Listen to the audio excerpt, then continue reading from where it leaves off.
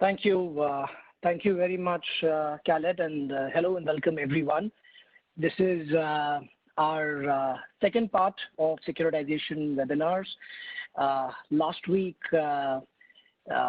this day, we did a session on securitization of standard assets.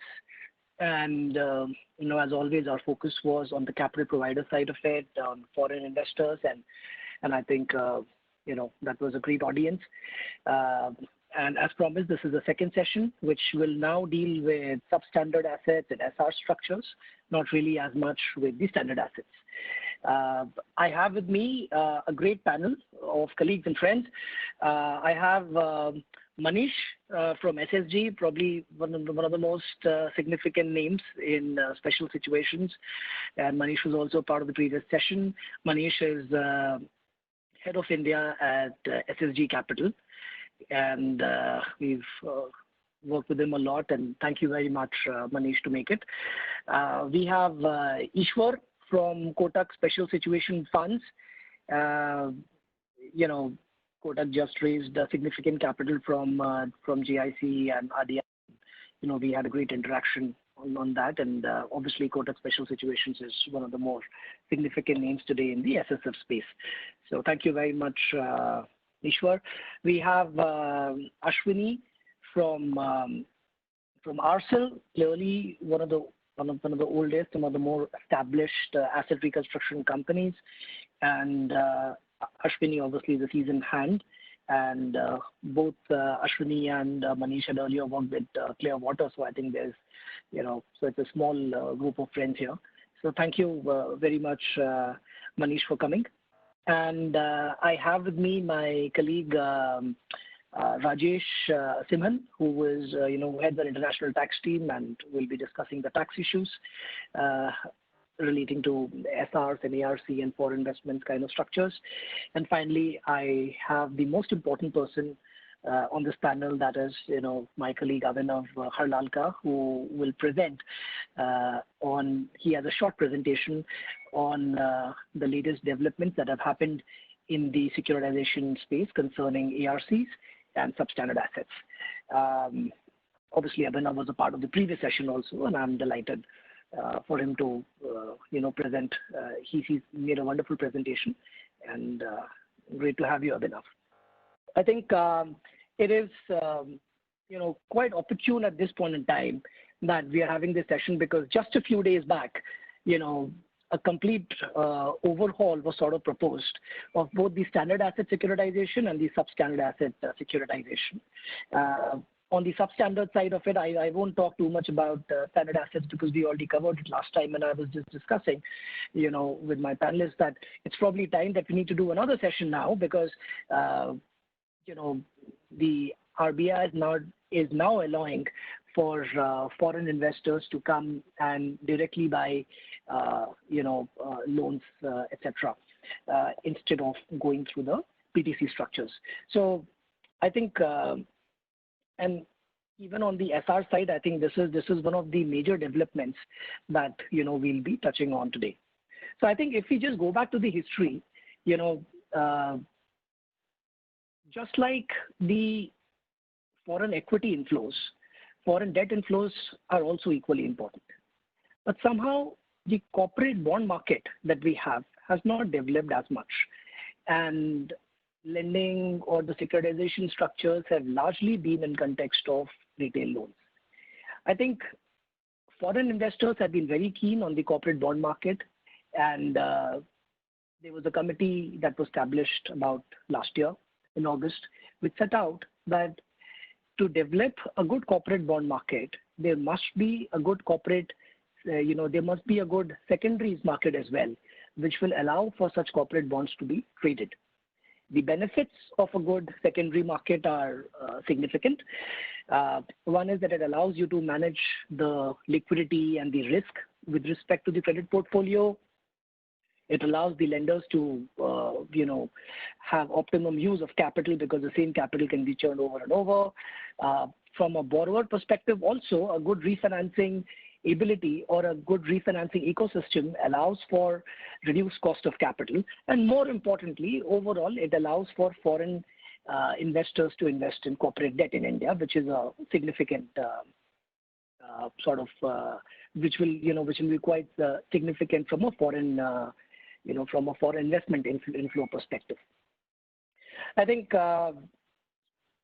purely speaking from the perspective of the substandard debt, the market has not really grown that much. Even after so many years, I think we barely have about 24 ARCs, and I think the last figure of some of these ARCs having the SRs outstanding were only about 1 lakh crores, which I think potentially could be much larger. If you look at the classic case of from a securitization perspective, if you look at US until the 1990s, I don't think the securitization market was that well developed. But in 1990s, when it started developing, I think that pretty much became a huge driver for a lot of investors to look at securitization. And I think about last year, it was about more than $720 billion.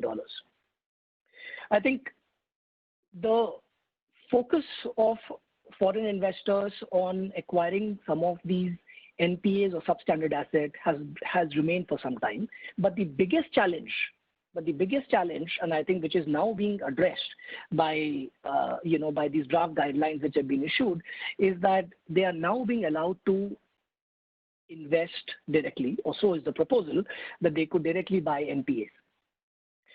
The challenges that they were facing because they were not allowed to participate directly into the NPAs was that there was a sort of, or there was a perceived sense of forced partnership between the FPIs and the ARCs.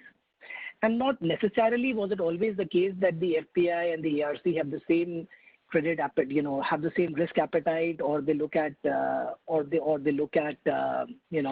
same asset in the same light. And there could have been a lot of differences in how a foreign investor or an FPI could have participated. So they were longing to invest directly. I think the other challenge was also that because because the only way a foreign investor could participate was by subscribing to security receipts issued by an ARC. 15% of that security receipts had to necessarily come from ARCs, and sometimes that 15% sort of became, a challenge in terms of liquidity. Not always, but those were the kind of situations. And also there was increased dependence when, enforcements happened. The fees that the ARC charge was seen as a leakage, etc. So I think it's really the opportune time today that, that we're holding this, because the draft guidelines have just been introduced, and that's generating significant amount of interest. So with that, I think I would like to quickly hand over to Abhinav to run us through a short presentation on what is the framework or the regulatory framework for ARCs, and what are the new draft guidelines issued by the RBI saying. Abhinav? So Ruchir, I think I'm going to start with the ARC structure, which is what currently investors are using for investment into the market for substandard debt. And then I'll quickly touch upon what the new regulations have introduced and what still needs to be amended or introduced to get around the entire framework. Now, this is a quick snapshot of the entire regulatory framework. Sarfrazi introduced the RBI regulations, the prudential norms which deal with the transfer of substandard assets from banks to ARCs, the prudential framework that came in last year, of course the insolvency bankruptcy code, and the recent guidelines that have come in right now. Now I think I'm not spending too much time on each of the regulations specifically, and what I'm going to do is I'm going to move on to the securitization structure for ARCs, and we'll see how that works. Now this is a typical securitization structure for an ARC, where on the left you have the lender and the borrower and the exposure there along with all security interests. And on the right you have the securitized structure, where the entire loan exposure is transferred to an ART set up by the ARC. Generally it's the ART. ARCs can also buy it directly, but generally most of the times what we've seen is it's bought through an ART or a trust or a scheme as they call it. And the ART issues SRs or security receipts for the underlying loan, through which it generates the funds to buy out the loans. Now, a lot of times what we've seen is the lender themselves are given SRs in return for the transfer. The ARC is mandatorily required to hold a portion of SRs also, which is 15%. And there are other investors who may come in and acquire SRs. Now, this is the structure that was being used most predominantly currently for foreign investors, especially FPIs, to invest or take a stake in the Indian distressed deal or sector in India through ARCs, where ARCs or the ART rather would issue the SRs, and that money would be used to buy over the loan. And the FPI could control or could exercise significant degree of control over the loan exposure below through the ART structure. Now, this is, as I said, the structure as it seems from a perspective of how it works. The considerations that used to be extremely relevant here, and I know Ashwini will probably deal with this in a little more detail and give a business and practical perspective. I think the first one was that a single asset transfer was permanent. Enough exposures were transferred into into ARTs, and we've seen a lot of foreign portfolio investors wanting to do this to control the entire debt book or the debt portfolio of certain investors or certain borrowers. The second one was that debt aggregation by ARCs became quite relevant, and this was important. This has become more important in light of the IBC that has come in, where we've seen that ARCs have been looking to aggregate debt from multiple lenders. There always was, a right of first refusal clause in the regulations in any case for banks selling it. But this was used more as a tool for debt aggregation by ARCs to ensure that, for example, if the company goes into an IBC, they have a significant say on the COC. And this was another reason why FPIs prefer this model also, because it eliminated the risk of going and having individual negotiations with everyone without having a ROFR clause as such. And the ARC structure as such gave them a significant, leg up in the entire aggregation of debt and controlling the COC if required. The ARC investment was a minimum of 15%, as I mentioned earlier. Management fee and upside sharing structures were negotiated with lenders, where if the lenders were giving beneficial rates, then they would be getting an upside after the primary amount was paid, after the management fee was paid, and after a fixed rate of interest was paid on the SR. So very similar to a fund structure where you have a hurdle, which after obtaining it, you get the upside share. And that has flown traditionally both ways. It could flow to the ARC as well. It could flow to the SR holders or the ARC, sorry. It could also flow to the lenders. So the banks which are transferring the lenders. So in that situation, we saw a number of upside sharing structures also that used to be implemented. The next one was qualified buyers. Now this became extremely critical because qualified buyers at the end of the day were buyers who could have gone ahead and bought the security receipts in cases of ARCs. Interestingly, FPIs were included in this, which became very important because that permitted foreign investment into the sector for the first time. This has been there for some time now, and RBI, SEBI both have come and introduced specific permissions for this. AIFs were also included in this to some extent recently. There are certain conditions to be met for that with respect to the arrangement that the ARC has with the AIF and what is the that the AIF is going to buy. So qualified buyer in that sense has been broadening to some extent to bring in more and more common or more more widely used financial institutions into the ambit of qualified buyers. And the last one, as I was mentioning earlier, is the aspect with respect to what sort of control do the foreign investors control or exercise with respect to decision making abilities of the ARCs. Now here we've seen a lot of to and fro a number of times. At the end of the day, the ARC is not being used as, no matter what people say, for just structuring as structuring tools, but they're being used for the capability for turnaround, for managing an asset, stressed asset, etc. So there's always a pull and push between the ARC and the investor. The day-to-day operations and overall management of the accounts should be left to the ARCs, and the FPIs on the other hand do end up trying to negotiate to more and more control over how decisions are made. What we've seen these ideally end at is that broad level strategy related decisions are taken jointly between the FPIs or the investors and the ARC, while the implementation and the day-to-day operations of that is left to the ARC. One interesting area where we've seen more and more debates going around on this particular aspect is the COC representation, where FPIs have been requesting for rights to ensure that they have a view or a say on who is representing the ART on the COC. And that again does not really gel well with ARCs, because at the end of the day, the person who's sitting on the ARC has been on multiple COCs. For example, if you have a chief officer, restructuring officer, he's been on multiple portfolio companies and multiple COCs, and he would have a much better understanding of how the entire market and the other lenders play. So this is something that we've seen quite heavily negotiated. Uh, this is a short piece on the SR structure. We've got the tax portion, which we'll come back to, but I understand that right now the focus is more on the new guidelines that have come in, more than just the aspect with respect to the ARC SR investment structures. So what I'm going to do is I'm going to ask Rajesh to step in here to deal with the tax aspects for the security receipts, post which I can just continue on the new guidelines. Yeah, thanks, Abhinav. So when we look at the whole ARC taxation framework, traditionally, people relied on the fact that ART being set up as a trust, you would get the single layer taxation treatment because of the revocable trust provisions under tax law under 61 to 63, or under the determinate trust under 161 to 164 of the Income Tax Act.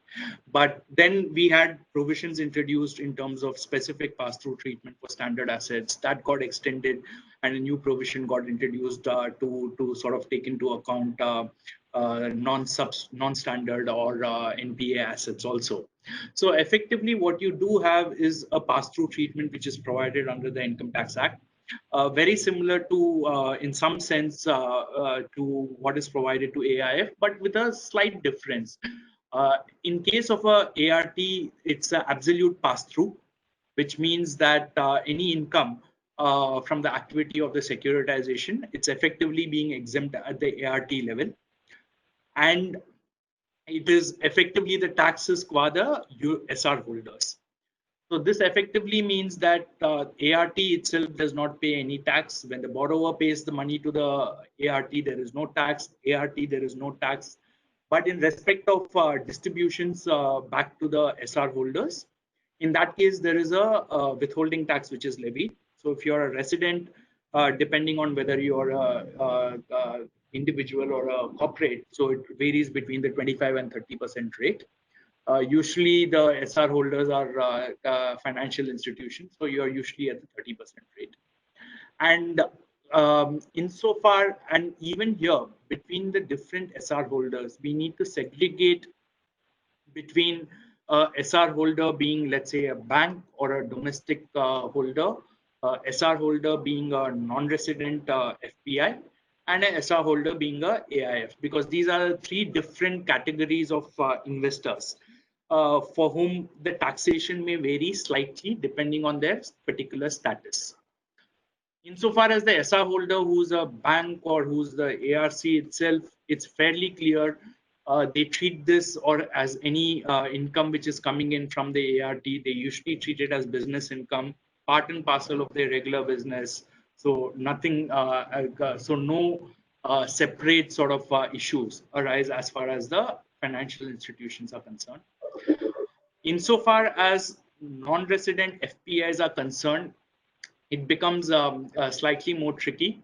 To my mind, probably the ideal view is that because the characterization of the income is effectively follows the characterization in the hands of the ART should look at all of this as business income. So for the FPI also, it should be treated as business income and not be subject to tax, except insofar as if there is any interest payout which is happening, because for interest, FPIs are generally subject to tax as a non-resident, whereas business income, FPIs are generally not subject to tax absent a permanent establishment. And insofar as AIFs, who are also SR holders, it becomes again slightly tricky, because the way AIF taxation works is that any business income of the AIF is taxed in the hands of the AIF as compared to the pass-through treatment which is provided. So even though the enabling provision around AIF having the ability to subscribe to SRs has come in, it does sometimes become a challenge when AIFs invest into SRs, because of the income characterization, because usually most of the income which a AIF gets is either interest or capital gains on which you have a pass through. But here, obviously, because of the business income characterization, there is a tax which can happen at the AIF level itself. And I think the one point which I would always make is that even within the industry, unlike probably where we have in the AIF space, where there is a lot more clarity in terms of industry benchmarks and industry standards in terms of taxation. What we do sometimes see in the ART space is that different investors want to take different types of characterization. We've seen a wide variety, starting from business income, starting to saying that you look, can we take the benefit of if the ART is holding debentures, can we take benefit of lower withholding taxes? So we've even seen situations where people have said that okay, if there is a mismatch, because today RBI regulations specifically say that the manner of upstreaming from the ART is that you first knock off all the principal till the principal comes into zero, and then there is an upside share or there is an interest which can be paid out from the ART. That's the RBI income recognition guidelines as far as ART is concerned. So sometimes a lot of question comes in saying that, listen, there seems to be a mismatch between how RBI asks us to recognize the income or the distribution vis-a-vis what the income tax authorities say, which is an absolute pass-through. So those are some of the issues which tend to arise, especially when we look at the SR and ART taxation. I'll just take a pause there and give it back to Abhinav, because I am cognizant of time on this. Thanks, Rajesh. So I think that pretty much sums up the SR structures that are being used by the FPI entities. With this, what we'll do is we'll move to the new RBI guidelines. Yeah, so RBI draft guidelines, this is ideally what we would have all wanted and what we all want. I think RBI has in the guidelines given quite a significant push for the market to be to do this. I think we'll be dealing with this. So just to summarize out there, the lender can transfer the loan exposure directly to an incoming lender, whether it's a resident or a non-resident from the looks of it. Now, what the RBI draft guideline does is it segregates into different regulations for securitization and sale of loan exposures. Earlier, these were part of a single regulation. These have now been distinguished. The sale of loan exposures covers standard assets, substandard assets, and sale to ARCs, all under the single guideline, which has been introduced. And as I think Ruchir mentioned upfront, we are going to be dealing with only the stressed assets aspect, which will also include the sale to ARC. So that's what we are focusing on.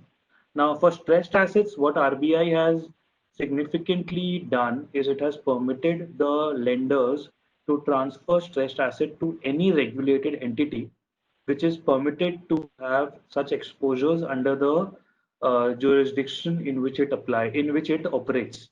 So what it does is, however, it does not really define what a regulated entity is.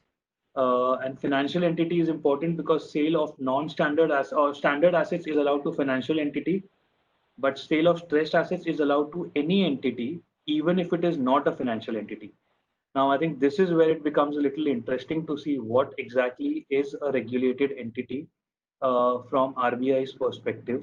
You know, if a company is just regulated by any regulator and can have an Indian loan exposure, is that going to be something that's permitted? For instance, let's take the example in India itself. AIFs are not permitted to directly give loans today. So it would not be considered a regulated entity which can actually undertake such an exposure.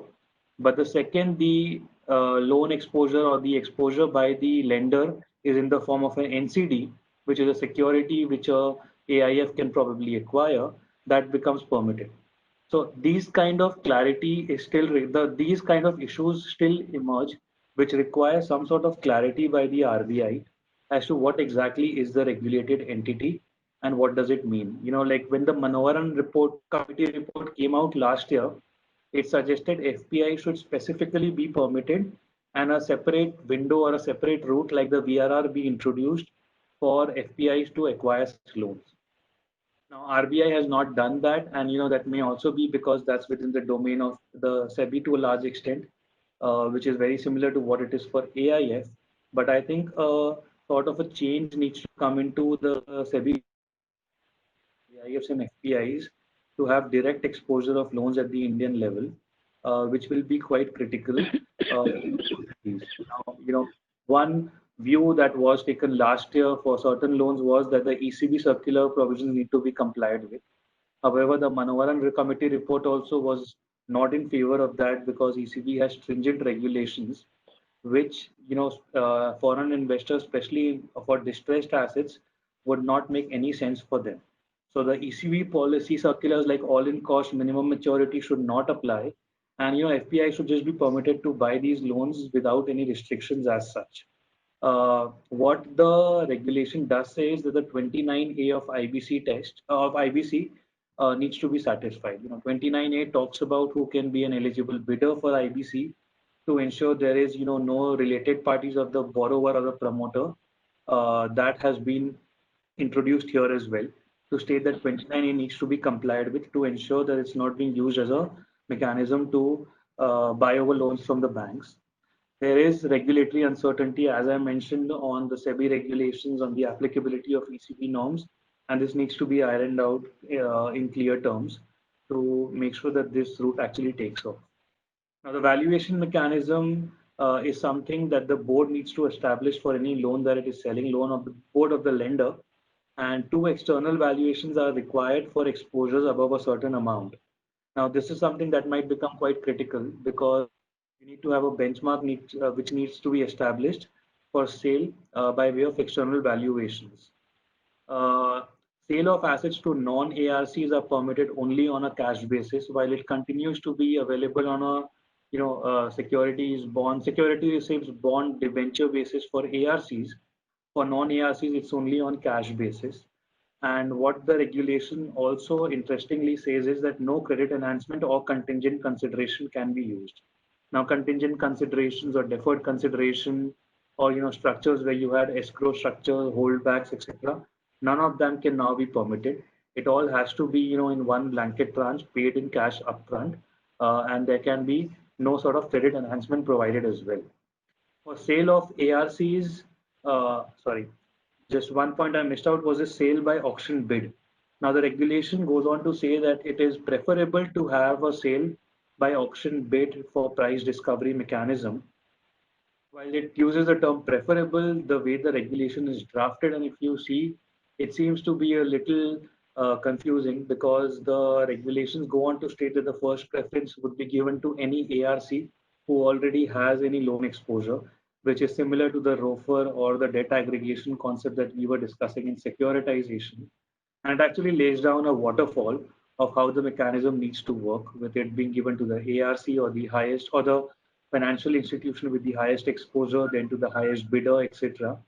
So this needs to be looked at a little carefully whether the regulation has prescribed for auction or a bid process, even though the intent seems to be that the auction bid is not going to be mandatory, but it looks to be preferable. And sale to ARCs, it's the same. It's largely the same as it was earlier, where SR holdings are considered investments for the banks who are selling. The pricing mechanism of the Swiss challenge method that was prescribed earlier has been done away with. It's a free-flowing mechanism that can be used by the parties, and the ROFR mechanism and the debt aggregation still continues to apply. So, Ruchir, I think I'm cognizant of the time. I think discussion on this could itself take another session altogether. So, with that brief summary, Yeah. I'll give it back to you. Yeah, no, thank you very much, Abhinav. And I think it'll be interesting to see how these regulations eventually shape up because, I hope they sort of regard these NPAs or the loans as securities because otherwise, if this were to be ECB, we have seen how disastrous ECB with their, all-in cost ceiling, etc., can be. So, and I think it's better that you move on to a sort of a deregulated regime dealing with securities rather than any sort of regulation. So I think amendments in in the debt regulations and possibly the FPI regulations, etc., will be required. But let's see how they do it. But I think I think it's a step in the right direction. Let me just quickly come to you, Manish.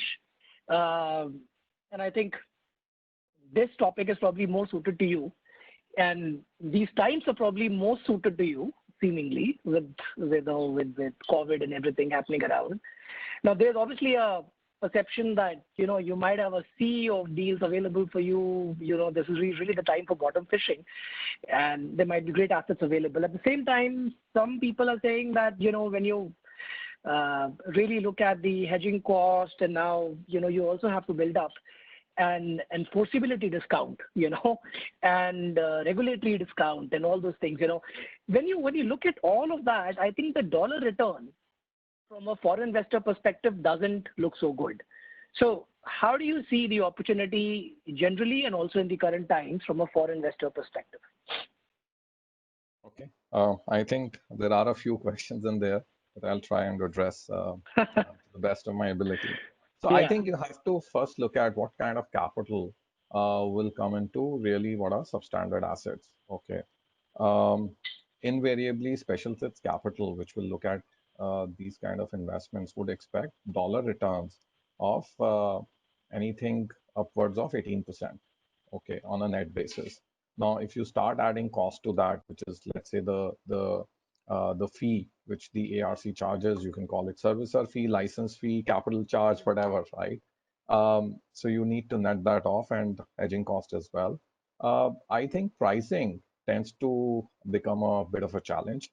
I don't know whether it will become actually even more difficult with this new draft guideline of two valuations, because historically we have seen that invariably banks which will tend to have values of the underlying for any valuation exercise, whereas from most investors' perspective, people will try and look more at business valuation, which will tend to be based more on cash flows.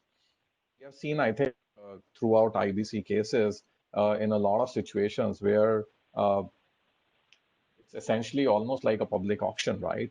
Where bidders have come in and consistently given bids which are below liquidation value, which is really a distress kind of a valuation, which the COCs may have looked at. So clearly, I think just using assets as a valuation benchmark does. So maybe let me come to you while Manish rejoins. I think Ishwar, if I can sort of come to you, you just raised about $1 billion from ADIA and GIC and all that. It's out in the news, and a very promising SSF story, obviously.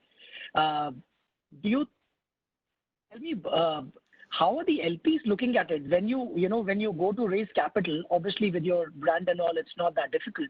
But still, what are the LPs asking you? How do you present the India story to them? Is it very attractive, or in the larger sort of from a global capital sense, it is just average, and it's really because you're a great brand, you're able to draw capital, or is it the India story and the sort of asset appetite that is also attracting investors? I think, Ruchir, at the time when we raised the capital, the IBC story was very much coming up, and people were quite kicked about the IBC story and opportunities that would throw. And on the back of that, and that was primarily our strategy to raise capital for playing the IBC and the pre-IBC stories. And with that background, we were able to raise $1 billion in last August. Thankfully, we haven't deployed much of that, except for a small, 5% of our total corpus. So we have today a large, ammunition available, dry powder, as we say, available with us for doing new business. But the landscape, in the meanwhile, thanks to whatever has happened, has changed dramatically. The entire IBC process and the entire opportunity over there has probably gone 2 years behind schedule, and I don't see many opportunities coming up over there. And even if there are opportunities, I don't see how we are going to get our hands to that in the next 12-18 months time. And LPs are pretty impatient about situations like this. The second opportunity is what we would refer to as pre-IBC and OTS kind of cases. There again, we would have to necessarily depend on the banks giving their consent and consortiums passing their OKs on, the OTS amounts. Again, we see that there seems to be a drag over there. So the entire landscape now is on the special situations, which is acquisition financing. We are seeing the structured credit where NBFCs were playing a large part, a large role over there. We are seeing transactions are with companies, which when we actually, to be honest, to raise the capital, we did not think that we would have this kind of a credit profile. So the credit profile has improved. The LPs obviously want us, since we have a large amount of dry powder, they want us to give out our money and take the risks, including in equity upsides, and get them 20% plus kind of returns. So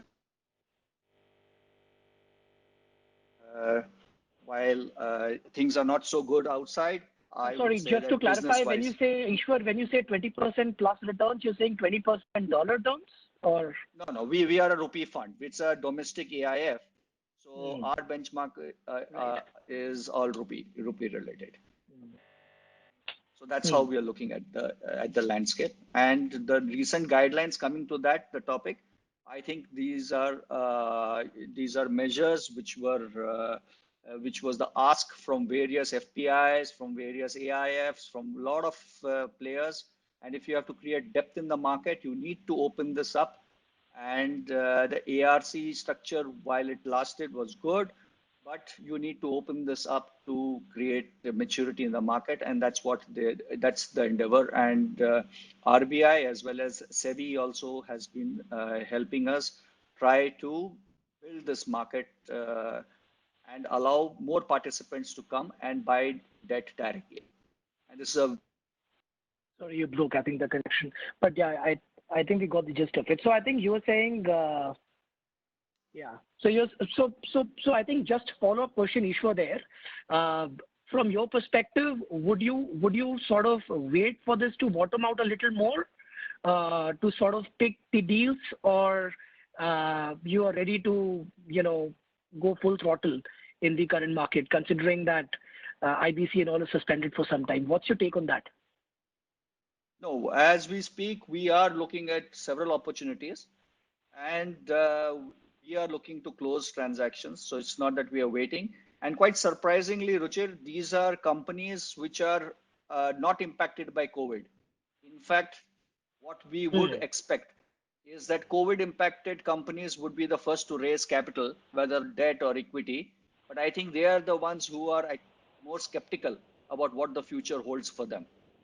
And they are holding back, while the companies who are pretty sure of what the impact is and who are actually insulated by the COVID impact are raising capital. Got it. So Manish, sorry, I need to come back to you. We lost you there. But Yeah, I'm meanwhile, sorry for the Ishwar glitch. said that he's looking at. No, that's fine. But meanwhile, there was, one thing I would like to ask you, and I asked your perspective on foreign investors' perspective on the distressed market, which I think you were giving some color on. But one interesting point that came up was that Ishwar said they are looking at 20% IRR in rupee terms. But you said, I don't know if I heard you right. You said, I think you're looking at 18% IRR in dollar terms, which is quite a big difference. So why don't you tell us about the sort of, does that sound very ambitious in the current markets? And generally also, sorry, you could just continue from where you left last in terms of your perspective on distressed deals. I think it's really a function of what kind of a pool of capital you have. Invariably, if you talk about emerging markets, special sits, and then special sits, especially if you talk about NPLs, I think at least the kind of LPs that we have would normally expect returns which are in excess of 18 to 20% dollar. And that is understandable because when you make 18% dollar at a portfolio level, really, I think at the LP level, post fee expenses, carry, etc., will probably end up making, closer to 12, 13%. Now, if for any LP taking that kind of a risk, right, going into emerging market special sits, you try and sell them a story which is less than, 12% kind of a net dollar return target, it just becomes very, very difficult. And I think it has to be commensurate with risk. And the risk appetite of the fund manager. So while I agree with the Ishwar that there are deals in the market, there are a lot of people who are looking to raise, some amount of liquidity. I think I see a lot more action on the structured finance and sort of non-NPL kind of deal side. Uh, I think right now, given the kind of moratorium that we have, I don't see a significant amount of action on the NPL sale or auction side from the PSU bank. I think that is something which will probably start once this whole moratorium gets over, and people are also waiting and watching if the RBI will actually allow them to do a one-time restructuring. That has been sort of a long pending demand from a lot of sectors. So we'll have to wait and watch. But I think even on the NPL side, a fairly large amount of opportunities are expected. These always tend to be concentrated towards the end of each quarter. That is when I believe there is more pressure on the banks, especially Q4 of any financial year always tends to be invariably the biggest month for most ARCs. And I think the opportunities that we have seen during the last few years when it comes to foreign investors have arisen post the asset quality review, where first there was recognition, substantial amount of accelerated provisioning. And I think historically banks have always been more amenable to sell certain assets where they are not taking additional hits on account of the sale. So the pricing effectively also is in great part driven by the amount of provisioning that they've held on their books. So for anything which is falling into the NPL category due to COVID, which is basically next 12 months, I don't think a lot of supply will come into the market from an ARC perspective. Okay. And what's your take on this? The suspension of IBC for 6 months, which will possibly extend by another 6 months. Do you think it's too risky for you, or do you think it doesn't really matter? No, I don't think it makes a huge difference for the simple reason that they have excluded, all the defaulters prior to the lockdown period. So, and I think largely didn't want to talk about IBC in particular, but if you look at the success stories within IBC, right, while there have been few, there are also a lot of cases which are still stuck. There's been a massive amount of value destruction, which has also taken place because of one reason or the other. And I think banks are increasingly realizing that IBC is not a cure for everything, right? And I think as they become more confident about their ability to defend and maybe not worry too much about uh, you know vigilance agencies coming after them in case of restructurings or one-time settlements, etc., with the existing promoters, I think you will see a lot of resolutions and restructurings outside of the IBC with the existing promoters, maybe with or without new capital coming in. So I think there could be potentially a lot of pre-packs. There could be, restructurings with the existing lenders, maybe some lenders moving out with the ARC coming in and sort of leading that whole restructuring effort. So I think a lot of I think the market broadly has to move towards a lot of non-IBC resolutions as well, because as you come down sort of the pecking order in terms of sizes of companies, the amount of capital available and the amount of foreign interest you'll find in smaller companies will continue to wane. So you need to find alternate mechanisms to resolve those situations, and especially in cases where the business may be, let's say, relatively smaller but fundamentally viable. I think it probably makes more sense to do restructurings than to look at IBC as the cure for everything. Yeah. No, it's not the cure for sure, but it's definitely a driver for people to come and knock on your doors. So, what I was seeing for some time was that, some of the larger players, the Indian promoters were running very scared, that, it's going to go in insolvency. And now all of a sudden, they're all sitting very comfortably, like they've been insulated. So maybe some good deals which could have come your way, maybe they've been pushed by some time. So I think one thing IBC certainly has done, and we see the market moving towards that, is a little bit of a change in the credit culture and the promoters' mindset. Earlier, promoters Right. always used to think that equity is perpetual. Lenders will, take haircuts, come and go over a period of time. But I think one thing which IBC has clearly established that you can actually lose your company. So I think that has probably brought Right. quite a paradigm shift in the way promoters think about, letting of their companies. So hopefully that will that will continue to change the mindset going forward, and people will be more amenable to getting help and raising capital and negotiating with the lenders in good faith. Right. I'm gonna pick your brains in a bit, Manish and Ishwar also on when you said promoters can lose their company, and I want to just pick your brains on loan to own kind of structures. How many of you are really looking at sort of lending with the idea of actually converting into equity and turning around the company and restructuring? But I'm going to come to you. But before that, I think Ashwini, I wanted to ask you. You're probably, you're one of the you're one of the vintage ARCs, if I can say that, and obviously one of the most seasoned ones. From an ARC perspective, what are the challenges that you have seen, your foreign investors, from a foreign investor perspective, in doing distressed deals in India? See, I think while hearing you as well as Ishwar and Manish, the primary challenge in doing distressed deal in India is that not all the debt pieces come to the market at the same point of time, right? That is very crucial point. See, unless you get all the lenders are a seller at same point of time, how do you aggregate the debt?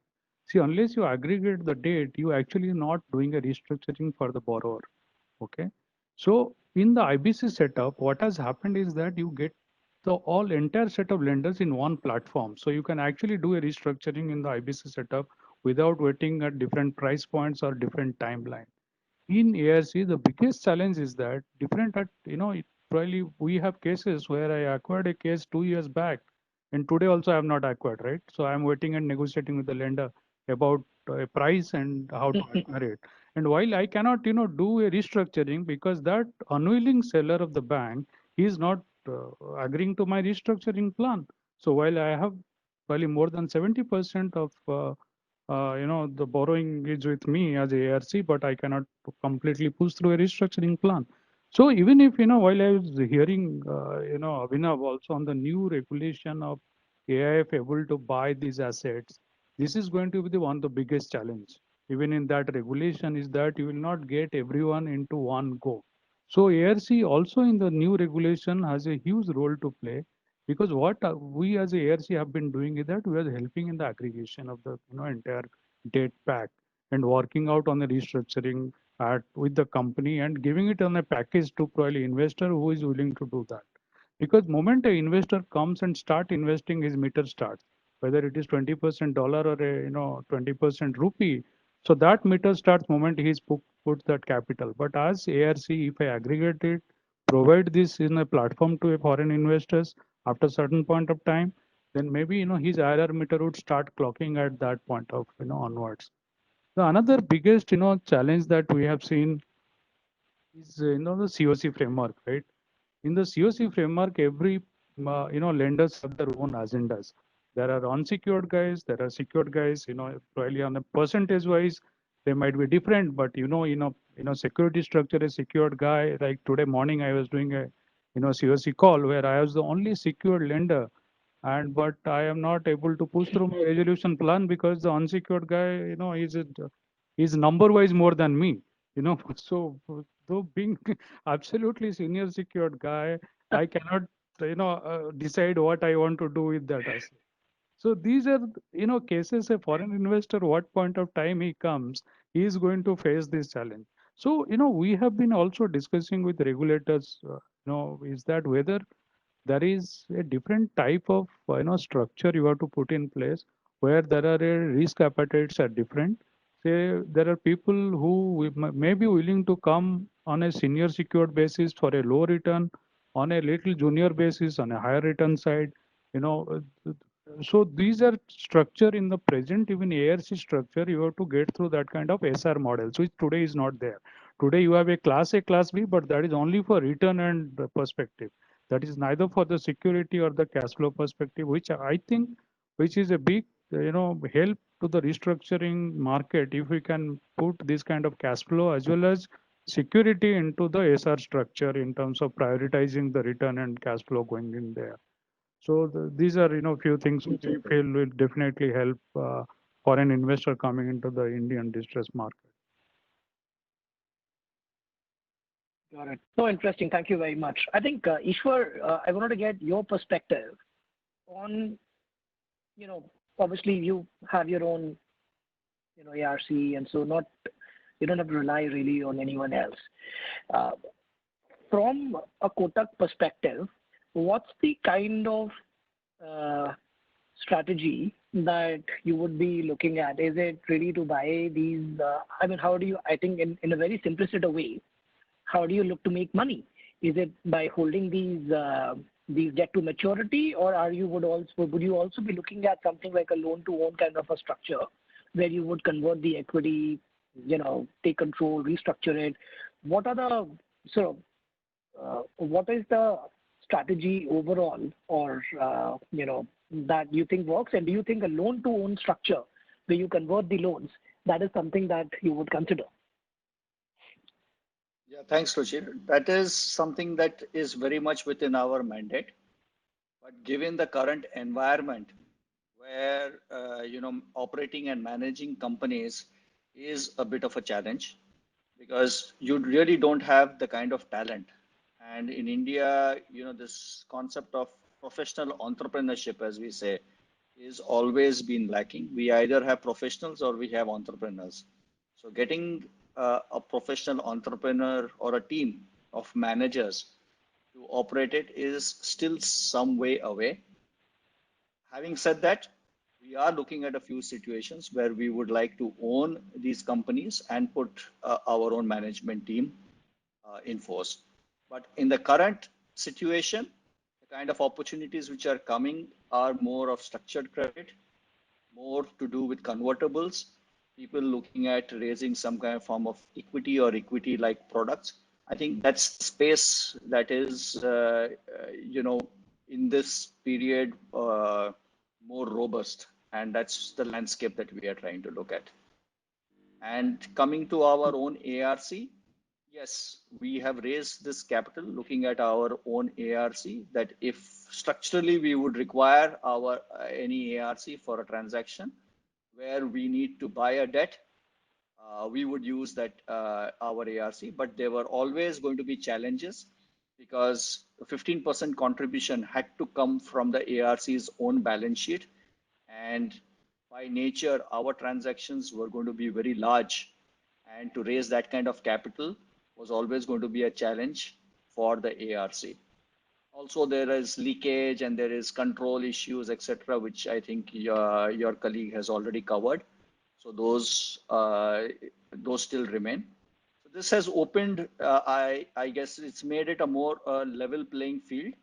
But having said that, I would also agree with Ashwini that the ARC helps in aggregation of debts. Not only that, if I were to aggregate pools of capital, for instance, let us say there is a large transaction which requires 2,000 or 3,000 crores of investment. Now, for me to create a fresh AIF in which, let's say, Manish also wanted to participate and I wanted to participate, and let's say another investor also wants of time to get the license, etc., is painstaking. So using an ARC is much more convenient to pool capital resources and faster and efficient for executing the transaction. So the ARC still have their role. However, the guidelines have raised one point, which I think your colleague has not covered, which I'd just like to highlight. I think what they are saying is that the SRs being issued by ARCs are not on a payable when able structure anymore, which means that they need to necessarily they need to necessarily redeem. So this is debt on the books of the ARC. So earlier, if in the life, the trust life, you were not able to redeem, the SRs would just have to be marked down to zero. There was no obligation on the part of the ARC to redeem that. But from the guidelines that I have read, and Ashwini, correct me if I'm wrong, it says that it cannot be a pass-through anymore. There is an obligation on the part of the ARC to redeem. So this changes the equation and the debt equity profile of the ARC substantially. So I think your take on this, Manish. Sorry, I think I've again lost Manish. Manish, Can are you you hear there? me? Yeah, I can hear you. Yeah. Yeah, I think I am having a bandwidth issue. Maybe I'll just stop the video. Just address the first part that Ishwar mentioned. I think that 15% capital has consistently been a challenge for a lot of ARCs in doing large transactions, given that it has to come from their balance sheet. And this being a cyclical business, I don't think it makes sense to put in huge amounts of equity capital into any ARC. I don't think any investor has been looking to do that. So people have used different structures, including participating NCDs, etc. But those are at best, quick fixes or band-aids, right? It does not sort of address the larger structural issue in terms of ARCs trying to resolve what is really a very, very large pool of NPLs in the country. And to the extent that a massive amount of foreign capital is required, ARC balance sheets will clearly never be sufficient, and there are massive amount of leakages, no matter what structure you use in terms of taxes, service tax, etc., making it pretty inefficient. Uh, on the loan to own, I think historically it hasn't really worked in India. Invariably, you are dealing with, defaulting companies. There'll be a lot of hair around it. There'll be potentially. So suddenly, you cannot really ask an ARC to convert debt into equity and become the owner. I don't think I have at least come across any ARC which will be willing, even if the foreign investor says so, any ARC which will be willing to simply convert the entire debt into equity and end up owning the company, except in very, very few cases. So I think there'll always be issues around that.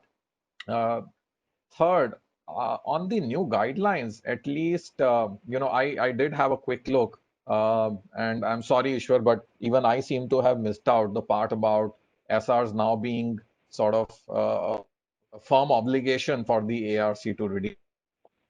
I thought they will continue to be on a pass-through basis. Uh, but yeah, there are still those sort of, provisioning norms, etc., for banks who still do cash plus SR kind of deals. So maybe I'll have a relook at the guidelines to understand if it becomes an obligation of the ARC to actually redeem the SRs, we are talking about a quantum shift in the market.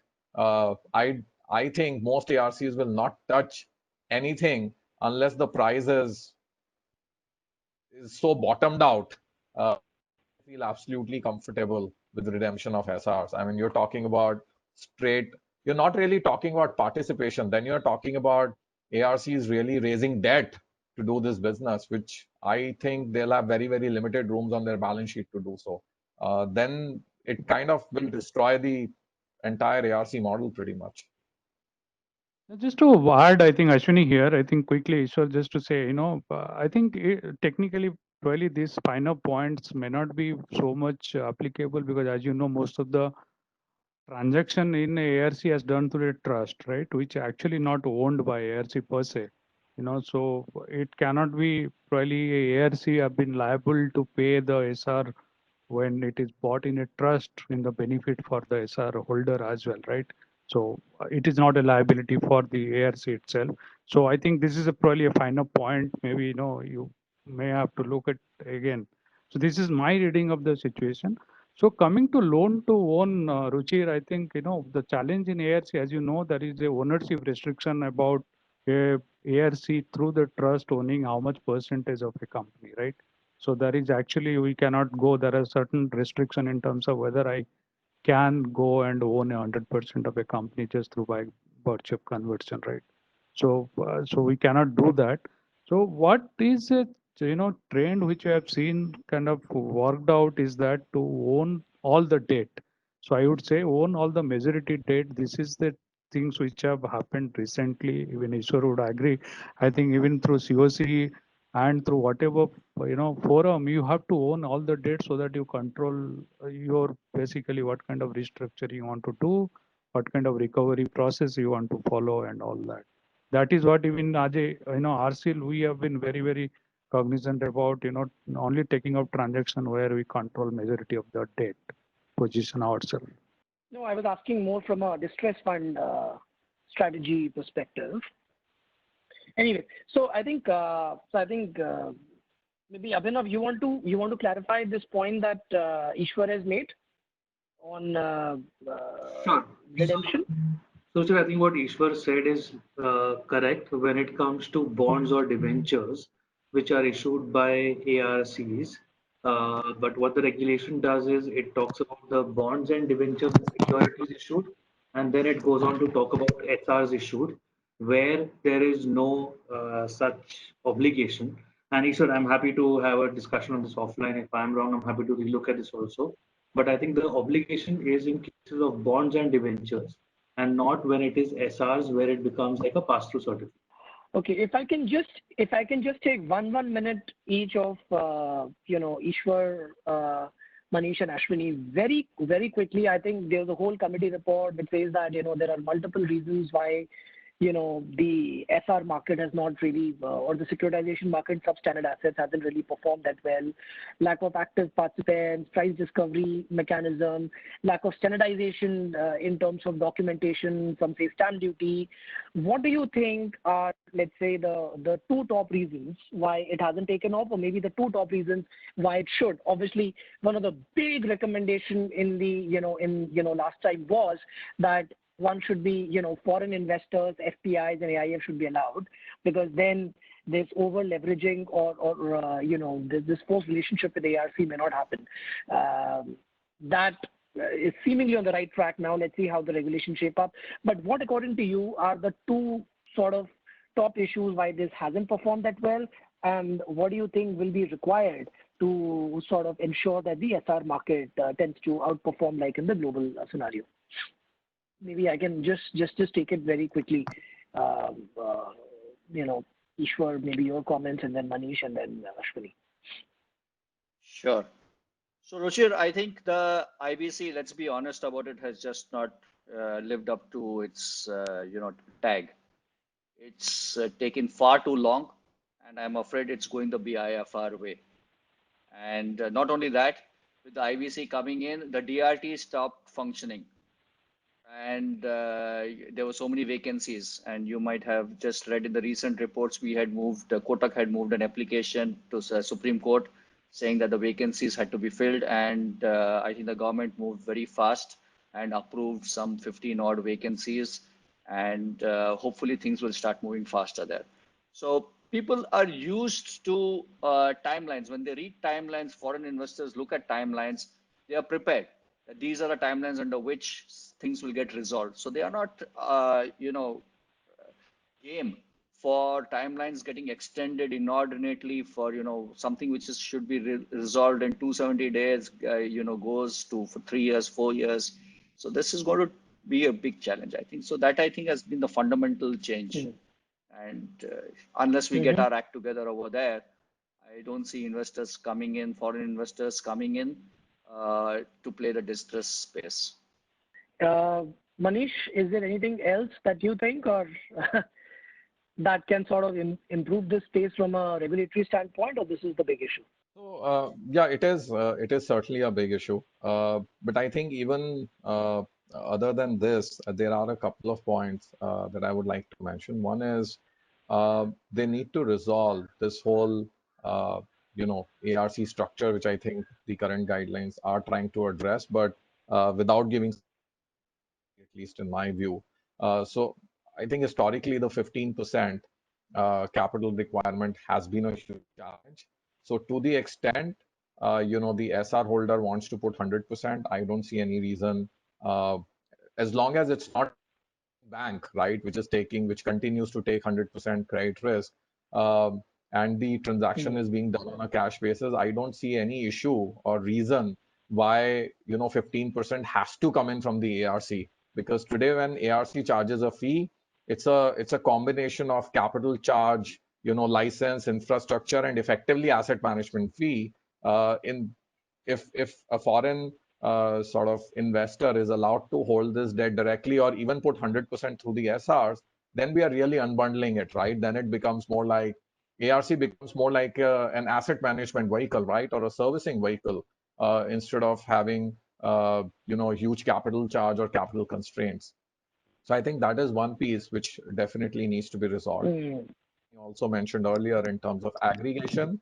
And third, I think how do you really push the system into recognizing what is a realistic pricing for NPLs? I think historically that has also been a huge challenge that we have seen. So I think some form of accelerated provision, is not sold within a certain timeline or not recovered in a certain timeline will also help in development of this market. I know that there is the 7 June circular, but I'm not exactly sure how much of accelerated provisioning it has really caused. Interesting. So IBC, the 15% investment requirement and the pricing. Ashwini, very quickly from you, and then I think we'll just end this. Yeah. Just have 2 minutes. Yeah. Yeah. So the development of the market, I think quickly, I think Ishwar and Manish have touched upon. So few things just I want to add there is that there are restrictions in terms of qualified institution who can participate in these SRs, right? So why is that restriction? If an informed decision the risk is there to take a SR restriction, so he can invest into that like a corporate or even retail high net worth individual. Why do you restrict them to invest as a qualified institution into SR? Number one.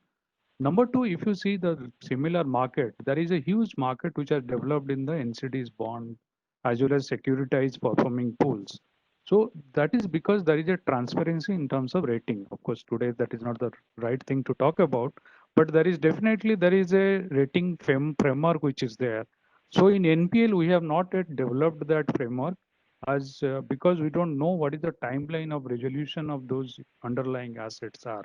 So moment we put a rating framework which is acceptable by everyone, like whether it is AA plus, then you can price that AA plus accordingly, and then there would be definitely people who would buy that SR as they trade the NCDs.